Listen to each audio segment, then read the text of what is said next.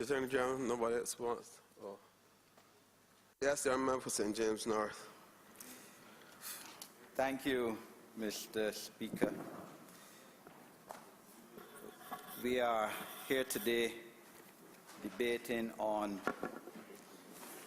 the amendment to Magistrate's Court Act of Barbados. In a lot of cases, you know, politicians generally are of the view in a lot of cases that the administration of justice is not as sexy an area as others. It doesn't bring votes like provision of housing or jobs or provision of lights, street lights and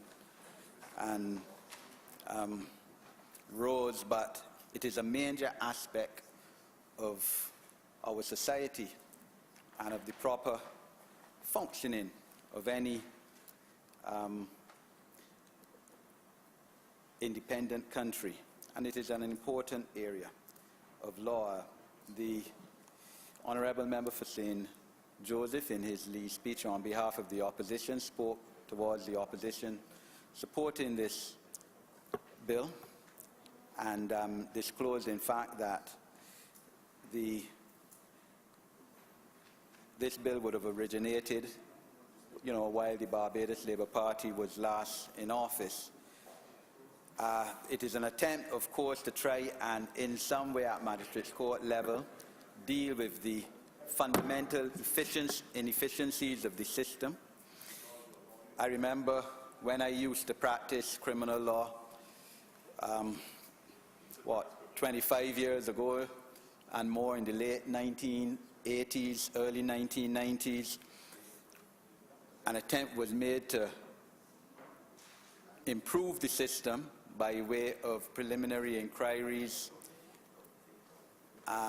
in criminal matters, whereby written statements would have been given at Magistrates Court level for indictable offences, offences that came then before the High Court of Barbados. This system clearly didn't work as well as those who established it had hoped it would work. This is now a system, as I understand it, these amendments, an attempt to have more written statements at committal proceedings in the hope that it would speed up the process.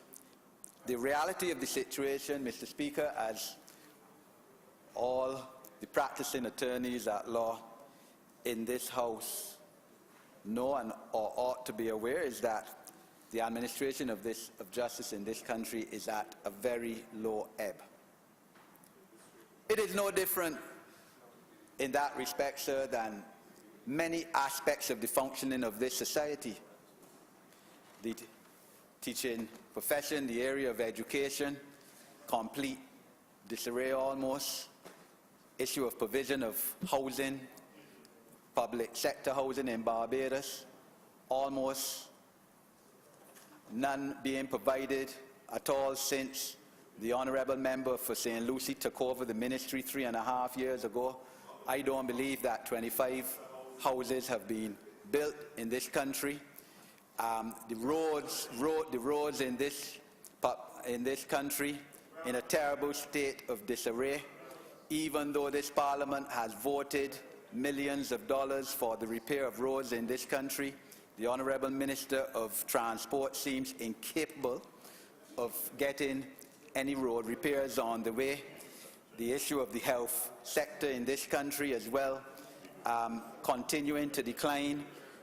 Millions of dollars owed to health service providers by the Queen Elizabeth Hospital, and yet we still hear on the last session of Parliament about a pre-feasibility study being done for an airport which will never come into existence, just to try to please the Honourable Member for St. Lucie. Many aspects of Barbados are breaking down, if they have not yet broken down completely, Mr. Speaker, and the administration of justice is just another area that we go through. It is a situation where many people in this country, especially poor people, feel that there's no ready access to justice. And that is a very sad situation, that it takes too long to get their cases heard. When their cases are heard, it takes too long for decisions to be made. There's the feeling by many persons in this country that being poor is a disadvantage in terms of access to justice and administration of justice in this country, where young fellas are jailed for a couple of sniffs of marijuana or for stealing a tin of corned beef worth $4 from a supermarket, but yet an individual or individuals can unfortunately deprive 30,000 people at a major insurance company in this country and not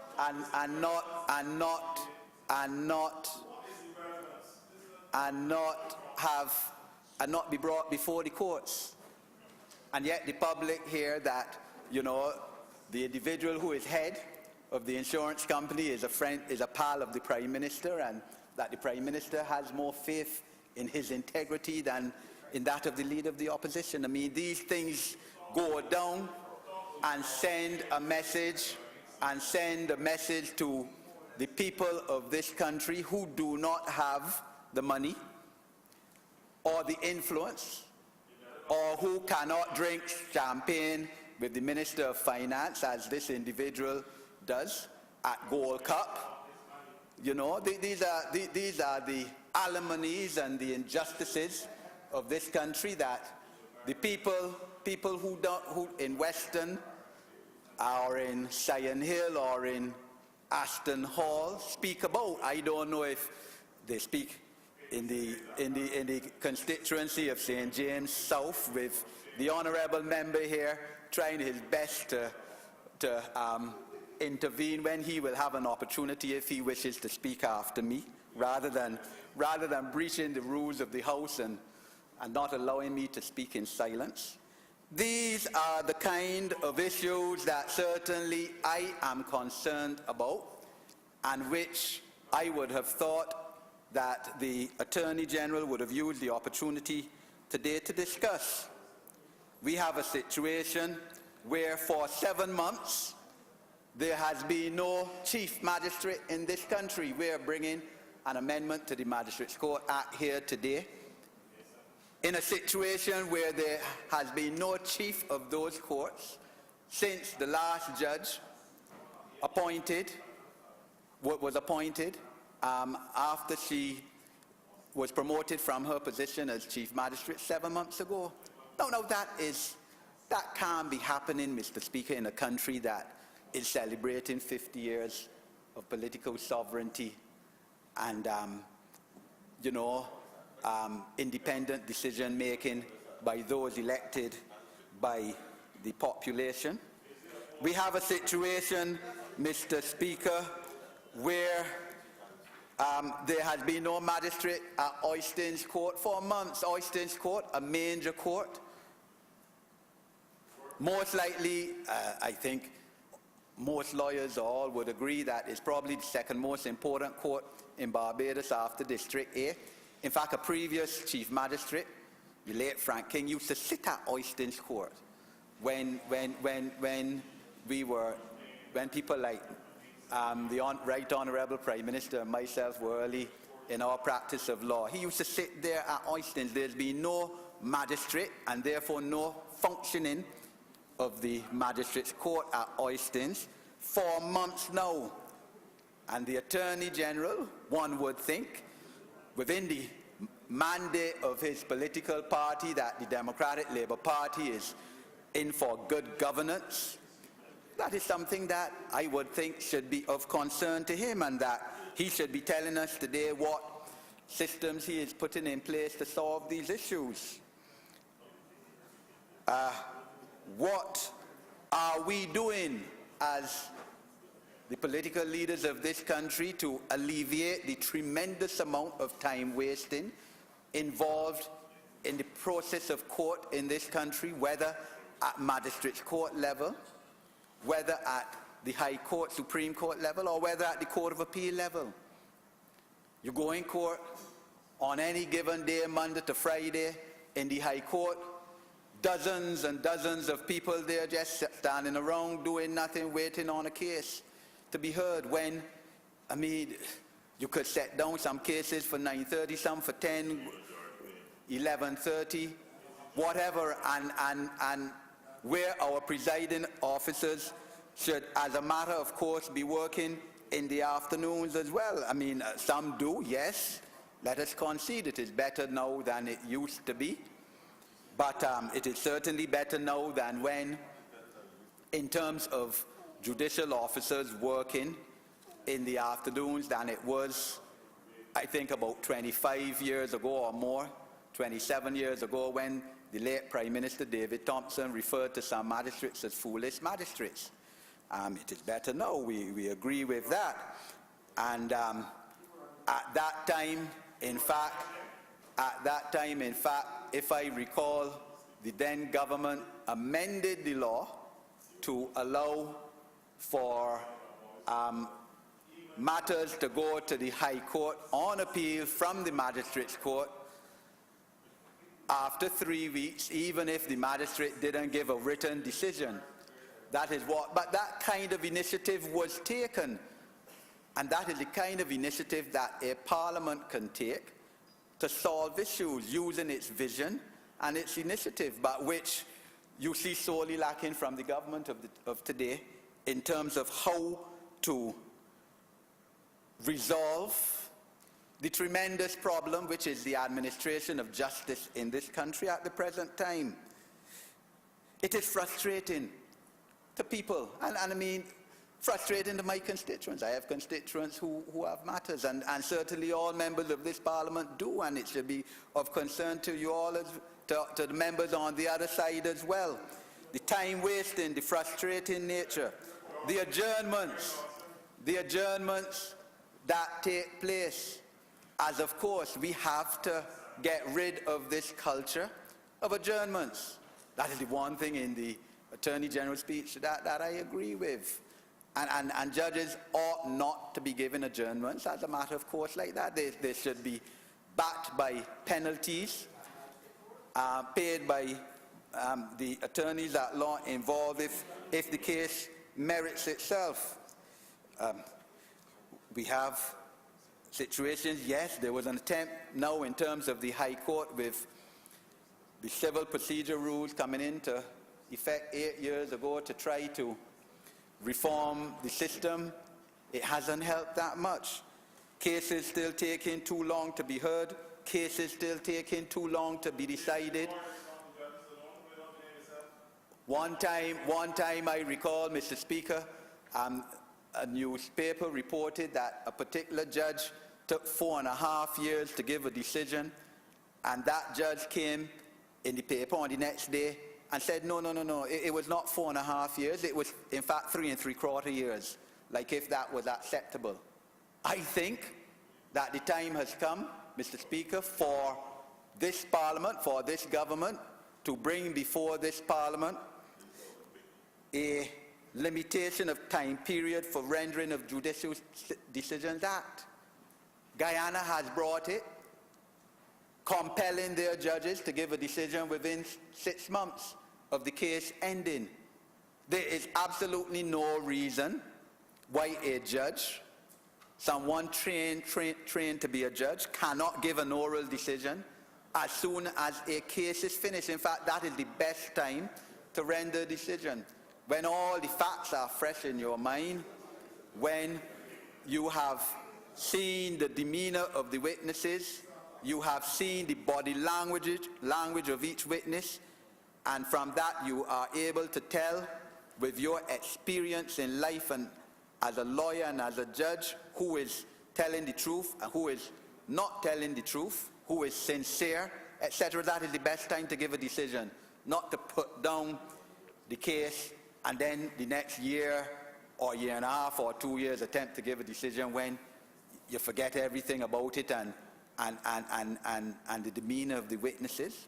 Our judges should be given a decision within 6 months.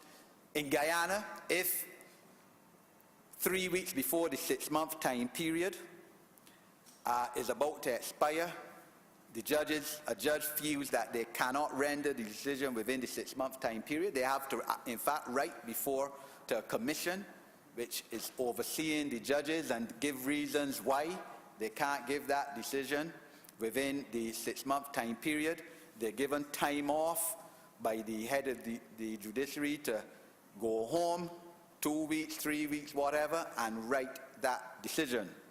In Trinidad, as a matter of course, because a lot of the judges in Trinidad are contemporaries at law school of yes, the Right Honorable Prime Minister and myself, most of the judges are our contemporaries. They tell us, certainly they tell me, that, I mean, there's no question about delaying writing decisions. That is no problem whatsoever. But we, as the political directorate, have to lead the way. And if the judges won't give their decisions, put some time limits on them by way of legislation. Rather than that, we see judges, a lot of them routinely retire with decisions outstanding and still be paid the gratuity. They should not be paid their gratuity. My submission until they write and render all outstanding decisions. This is a major problem. These are the issues that we need to address, that we ought to be addressing in here today. We have the situation, Mr. Speaker, we heard about the fact that the government plans to appoint more judges, or rather that's the Prime Minister's purview now. Since the 1974 amendment to the Constitution of Barbados, that is the Prime Minister's purview. So the Attorney General might plead, that's not my fault. But last year, around this time last year, we heard about the appointment of 3 more judges. And in fact, as I understand it, those judges were to be paid out of the Canadian Justice Improvement System, of which the Attorney General spoke this morning. As I understand it, their salary was not coming from the taxpayers of Barbados or the government of Barbados. Yet up to now, well, if that is not true, it could be clarified. But I know that 3 judges were to be appointed. That was said. In fact, I know that the 3 were approached, were named, had given their consent. Those 3 judges have not been appointed up to now. And as I understand it, this same Canadian Justice Improvement System money, some money that was earmarked for Barbados, has now gone to the same Grenada that the Attorney General mentioned has gone ahead of Barbados. That's what he said this morning. In terms of the system, money that was earmarked for Barbados has gone down to Grenada because of the laziness and the ineptness of the Barbados government on the issue of administration of justice and not putting the systems and procedures in place so that the money can be accessed. That is my understanding, and if the Right Honourable Prime Minister says no, I understand that from very good sources. If that is not so, bring me the evidence to show not. That this has not been a priority for the government of Barbados, just like how many aspects of the functioning of society has not been a priority. The fact is that the 3 judges haven't been appointed. That cannot be denied. And really and truly, Mr. Speaker, I don't even know. You could appoint probably 10 judges. I don't know how much good that will do if the basic system, the basic culture that has become ingrained in the functioning of the administration of justice in Barbados is not addressed. This is a major issue that has to be addressed.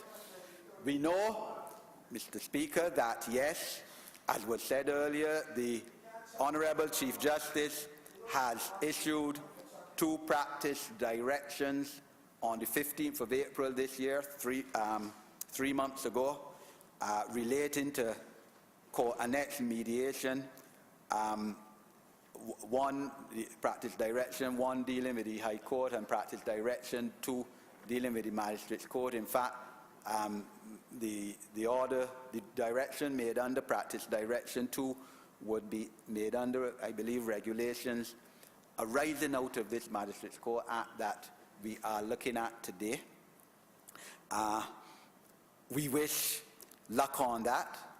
Yes, there is the mentality of a lot of lawyers, yes, they want the matter litigated, but you know, that is a dead end. I mean, that you file a case and 5 years from now it hasn't even reached court, and then when it does, another 2-3 years to go through the system till it heard, and then another 3-4 years in a lot of cases to get a decision.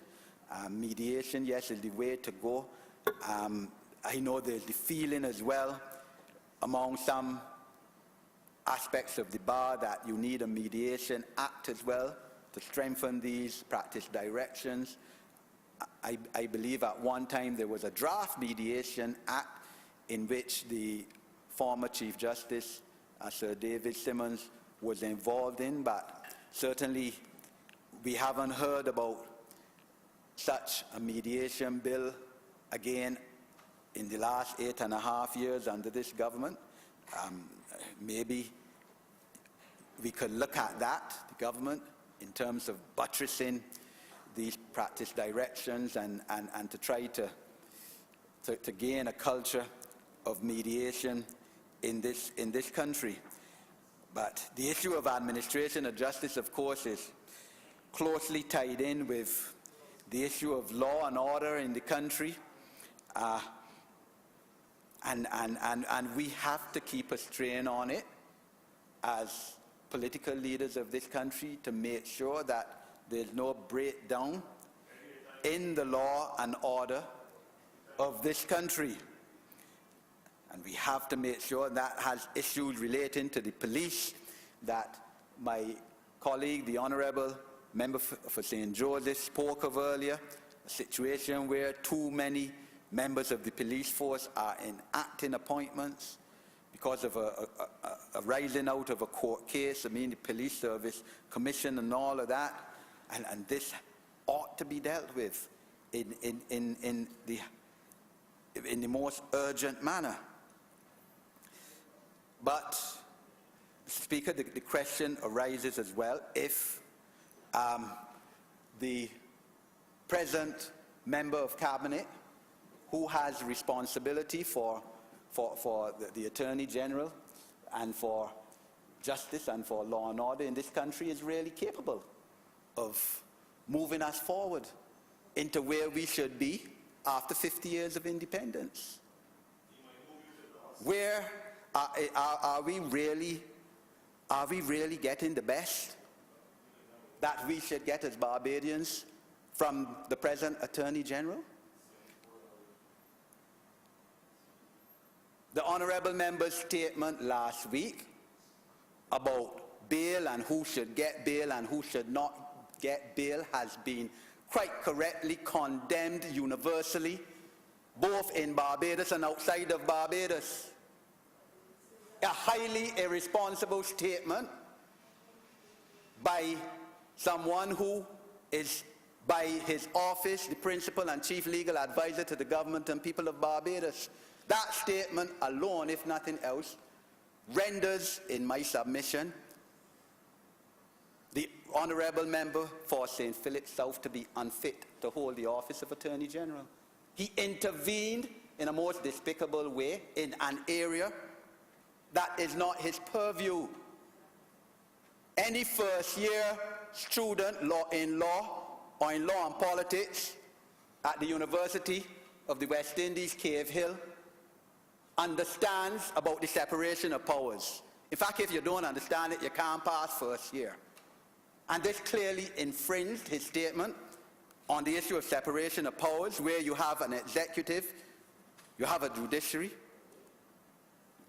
and you have a legislature, and the three should not infringe on the other. Of course, there's overlap between the executive and the legislature.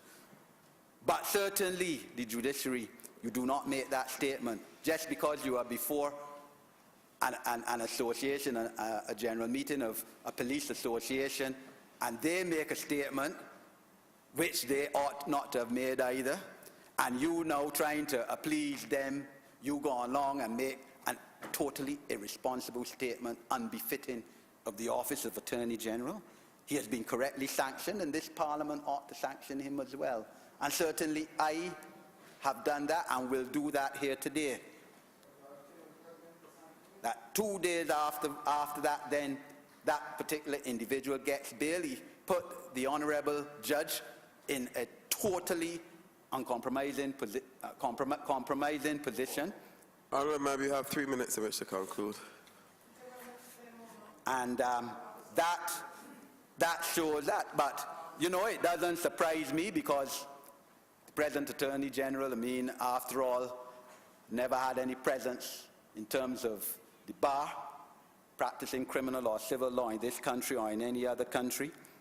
He doesn't understand constitutional law neither as chief principal or advisor to the government, because to certify that it does not breach the Constitution to fingerprint Barbadian citizens on exit or on entry into ports, the normal ports of entry into Barbados, something in clear breach of the fundamental human rights section of the Constitution of Barbados, and to certify that there was nothing wrong constitutionally in so doing, shows again that he's not fit for the post. Again, a first-year student in constitutional law at Cave Hill would know otherwise.